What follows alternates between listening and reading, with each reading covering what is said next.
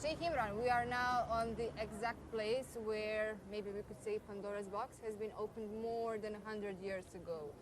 Right on this place where we are sitting right now, Prince Duke Ferdinand, he was killed. And so we know what happened after that.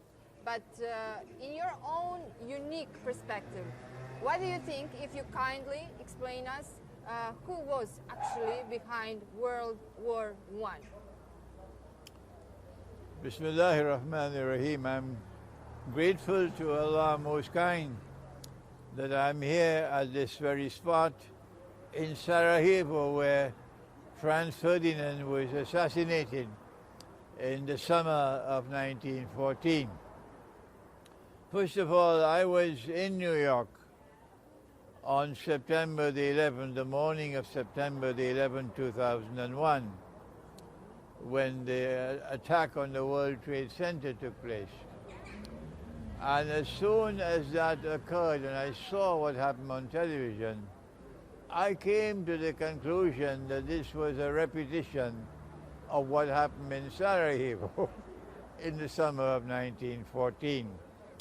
That what happened in Sarajevo is that they had already planned in advance for a great war. Britain and France in particular had planned long in advance for a great war. All that they needed was an event which will spark and cause the great war to emerge. And they planned this assassination. On Judgment Day we'll know that the assassination was planned and executed in order to provide that which will provoke the Great War.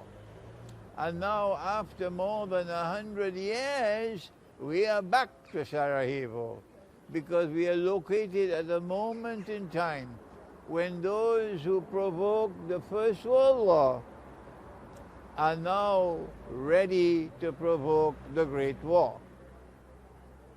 The same actors are at work, except that in 1914, the United States of America had not as yet emerged as the dominant power in the world. That will take a little time.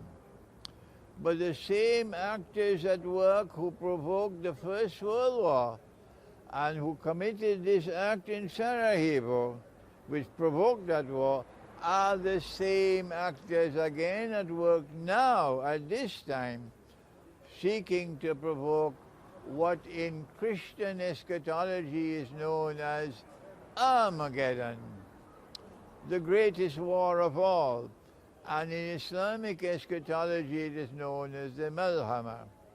Britain and France are major actors in this drama, but now the United States has joined them. They waged the First World War for a number of reasons.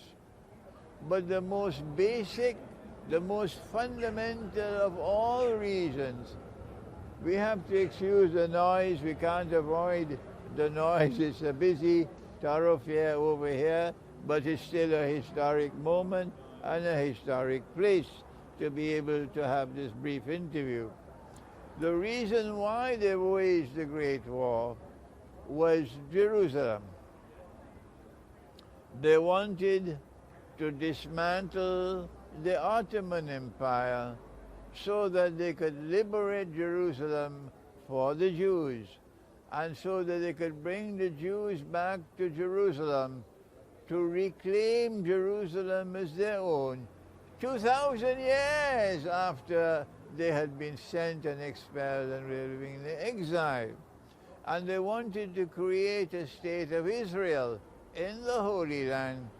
And they wanted that Israel to one day become so powerful a state that Israel could attack Qatar, where the biggest U.S.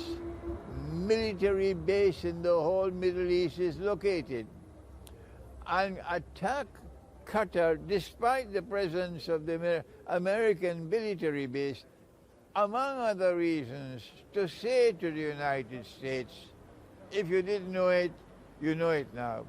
United States is being told by Israel, you are no longer the boss in this part of the world. We and now the boss. So they established a state of Israel, which will eventually become what I know called Pax Judaica. Now then, why do they want the Great War at this time? And how will the Great War take place? Will it be another act of terrorism like this one which occurred here in the summer of 1914? Answer, I don't know what is going to spark and provoke the Great War. I don't know. Others may know, I don't know. But what I do know is that the war in Ukraine is linked with the Great War. I hope I am wrong, but when the war in Ukraine has reached that stage, when Ukraine is about to collapse, and Russia is being seen by the whole world as the victor, winning the war, I think that is the time they will provoke the Great War. So we may not have more than a year or 2 years left before the Great War takes place. And I don't think the Great War will take place over a couple of months or weeks. Putin has said we don't need more than half an hour to destroy the whole of the United States. So Britain might be gone in less than 10 minutes. This is nuclear warfare. I don't know how long the Great War will last, but it won't be lasting for long. But I do know that there is going to be an act of terrorism. I don't know what it's going to be, when it's going to be, but similar to this one which occurred in Sarajevo 100 years ago. Thank you, Sheikh Imran. Off the record, I'm a little bit scared now because of your perspective, but I'm not going to say it.